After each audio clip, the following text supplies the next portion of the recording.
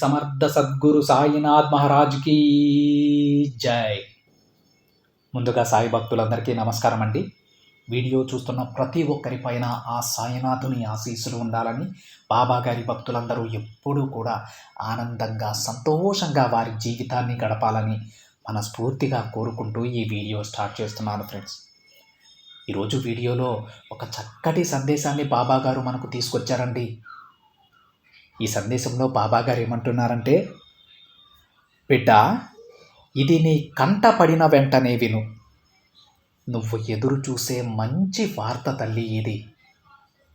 ఇది విన్నాక ఆనందంతో పొంగిపోతావమ్మా. తప్పకుండా వింటావు కదా అని బాబా గారు అంటూ ఉన్నారు ఫ్రెండ్స్. ఇంకా బాబా గారు ఏం చెప్తున్నారంటే, చూడు బిడ్డ, నా బిడ్డల కోరికలు, భక్తుల సమస్యలు తీర్చడానికి నేను ఎన్నో అవకాశాలు కల్పిస్తూ ఉన్నాను. అందరూ వచ్చిన అవకాశాన్ని సద్వినియోగం చేసుకుంటూ దాని వలన వచ్చిన ధనాన్ని వృధా చేసుకుంటూ ఉన్నారమ్మా. మరి ఇలా అనవసరంగా ధనాన్ని వృధా చేస్తే నీ భవిష్యత్తులో ఎలా బ్రతుకుతావు చెప్పు?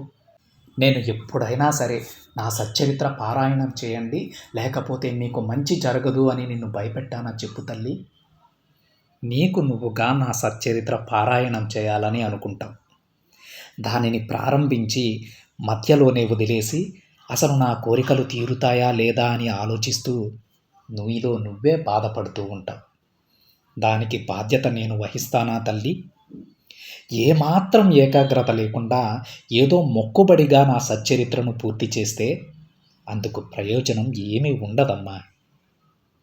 ఏది చేసినా సరే మనస్ఫూర్తిగా పూర్తి ఏకాగ్రతతో చెయ్యి. నువ్వు దేనికి కూడా భయపడాల్సిన పని లేదు. ఈ ఫకీరు నీకు సాయం చేస్తాడు తల్లి. ఇందులో ఎలాంటి సందేహం లేదు. నన్ను నమ్ము బిడ్డ. బాబా, ఈ విషయాలన్నీ మీకు ఎలా తెలుసు అని నువ్వు నన్ను అడుగుతున్నావు కదా. నేను ఎక్కడున్నా సరే నా బిడ్డలందరినీ గమనిస్తూనే ఉంటాను.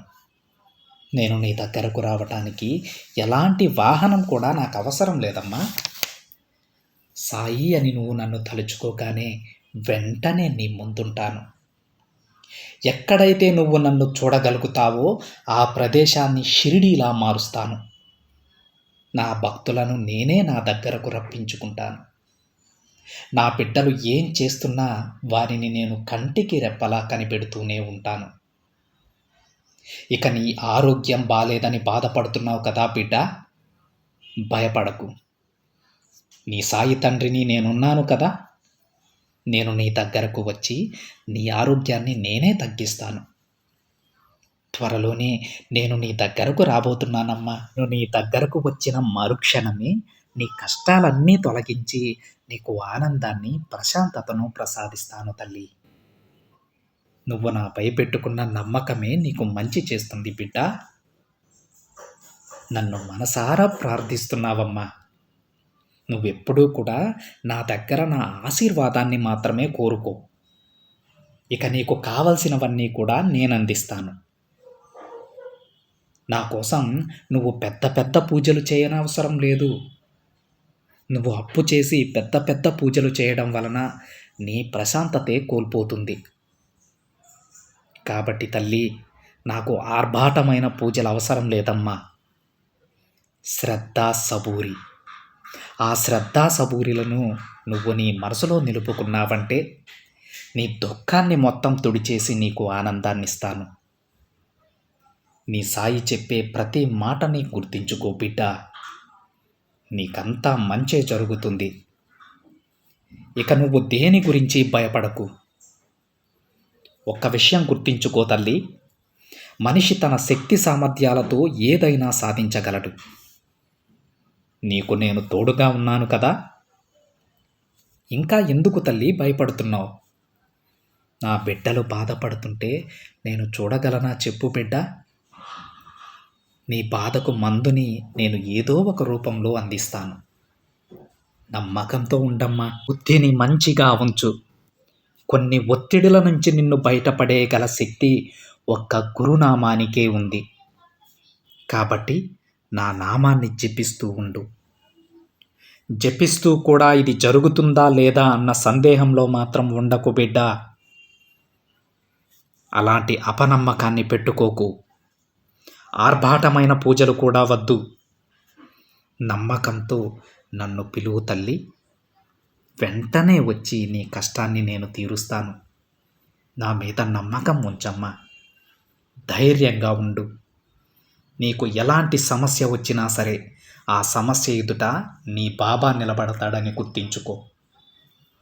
ఇక ప్రశాంతంగా ఉండు తల్లి అని బాబాగారు అంటూ ఉన్నారు ఫ్రెండ్స్. చూడండి ఫ్రెండ్స్, ఈరోజు ఇది బాబాగారి సందేశం అనే దానికి బదులు బాబాగారు తన బిడ్డల గురించి పడుతున్న ఆవేదన అని చెప్పడంలో ఒక అర్థం ఉందండి. ఎందుకంటే బాబాగారు ప్రతిరోజు ప్రతి క్షణం కూడా తన బిడ్డల గురించి ఆలోచిస్తూ ఉంటారు కదా. మరి ప్రతిరోజు ఏదో ఒక సందేశాన్ని తన బిడ్డలకు అందిస్తూ ఉంటారు. వాళ్ళ భవిష్యత్తు మార్చుకోవడానికి, వాళ్ళ ఒక మంచి భవిష్యత్తుని వాళ్ళు పొందడానికి బాబాగారు ఏదో ఒక మార్గాన్ని అయితే తన బిడ్డలకి చెప్తూనే ఉంటారండి. కానీ మనం ప్రతిరోజు కూడా ఆయన సందేశాన్ని వింటూనే ఉంటాం. విన్న మరుక్షణం ఇది చెయ్యాలి అది చేయాలని ప్రతి ఒక్కరికి కలుగుతూనే ఉంటుందండి. కానీ నిరంతరం దానిని ఆ ప్రణాళికను పాటించే వాళ్ళు ఎంతమంది ఉన్నారో చెప్పండి.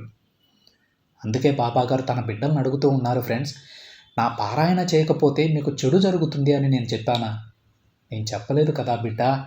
మీరే నా పారాయణ చేయాలని చెప్పేసి, నా సచ్చరిత్రను పారాయణ చేయాలని చెప్పేసి మీ మనసులో మీకే కలుగుతుంది. మరి అలా కలిగినప్పుడు ప్రశాంతంగా ఏకాగ్రతతో నా మీద పూర్తి విశ్వాసంతో కానీ చేస్తే మీరు ఏది కోరుకున్నా మీ ముందుకు వస్తుంది. అలా కాకుండా మీరే సచ్చరిత్రను పారాయణ చేయాలనుకుంటారు, దానిని పూర్తి చేయరు. పూర్తి చేసే సమయంలో కూడా ఏదో ఒక మూల ఒక అపనమ్మకం, పారాయణ పూర్తి అయిపోతుంది, ఇక నా ఆశ నెరవేరుతుందా లేదా అనేటువంటి ఒక అపనమ్మకం.